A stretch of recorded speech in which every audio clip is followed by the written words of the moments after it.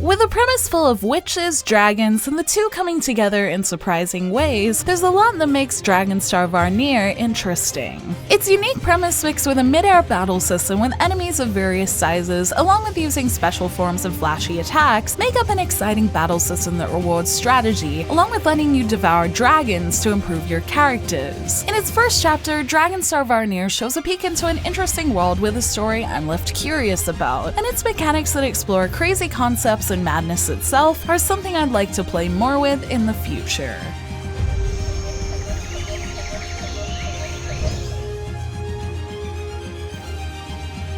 In the Kingdom of Valnyria, there are said to be witches who carry a dragon inside them, and these witches are hunted by warriors, one of which is the story's protagonist, Zephy. The story begins when Zephy is in a forest doing his warrior duty when he's attacked by a dragon and nearly dies, but happens to be fed dragon blood and saved by two of the very witches he's set to hunt. This dragon blood does more than save his life, as it awakens the same kind of powers the witches have within him, which immediately puts him at odds with the empire he once served. So despite being conflicted, Zephy is forced to switch sides and work with the witches as he discovers his new power in a world with plenty of villains against them. This story was one of the harder ones I've played Japanese-wise, so I can't really comment on the quality of it. However, since I didn't know much about its premise before I played it, I enjoyed discovering how unique it is. The witch girls all carry a dragon seed inside their womb in what's basically a blessing and a curse, with them all blessed with great power, but also the task of having to consume dragon blood to stop themselves from going crazy, with the fact that their dragon will eventually brutally break its way out of her body constantly looming as well. With Zephy essentially being a boy witch and the girls also protecting younger witches at their den, there's a lot of ways this story can go, so with unique and darker ideas like these ones, I'd be curious to see how things go throughout the story further.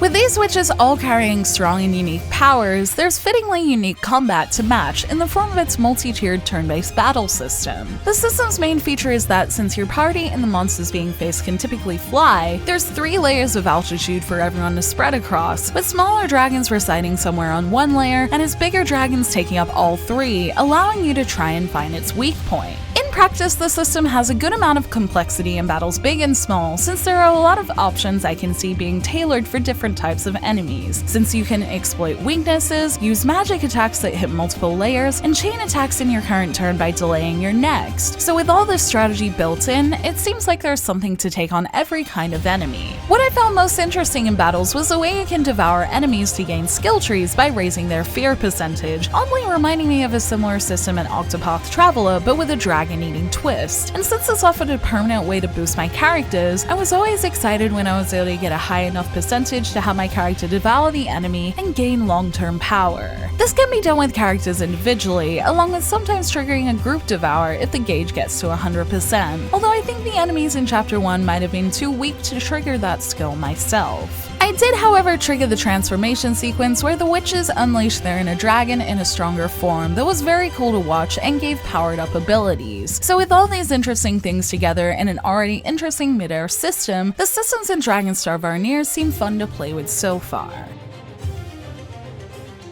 The interesting battle system was probably the highlight of my time with Varnir's first chapter, but there were other systems I saw a glimpse of towards the end of my time with it at the very start of Chapter 2 that helped solidify my interest in it. One is that there are younger witches living in the witch's den, and you're supposed to feed them to both prevent them from going mad and developing their dragon powers too quickly, so I'm curious to see how hard that system actually is and how much attention it needs. Also touched upon was a general madness system that needs to be kept an eye on if you want to keep the main group of witches in good health, and upon further research it sounds like an interesting system to play with that might encourage multiple playthroughs. Letting the gauge go towards the madness side can trigger some special character events of the character's descent into madness, and there's even a madness story route that can be unlocked if the girls get too far gone that has been described as being despair-inducing. I'm usually the kind of person who goes for the good version of the story the first time round, but it sounds like something I'd love to try in an extra playthrough purely out of curiosity. And with these ideas introduced early on, it sounds like they'd give a good amount of personalization to each player's story campaign.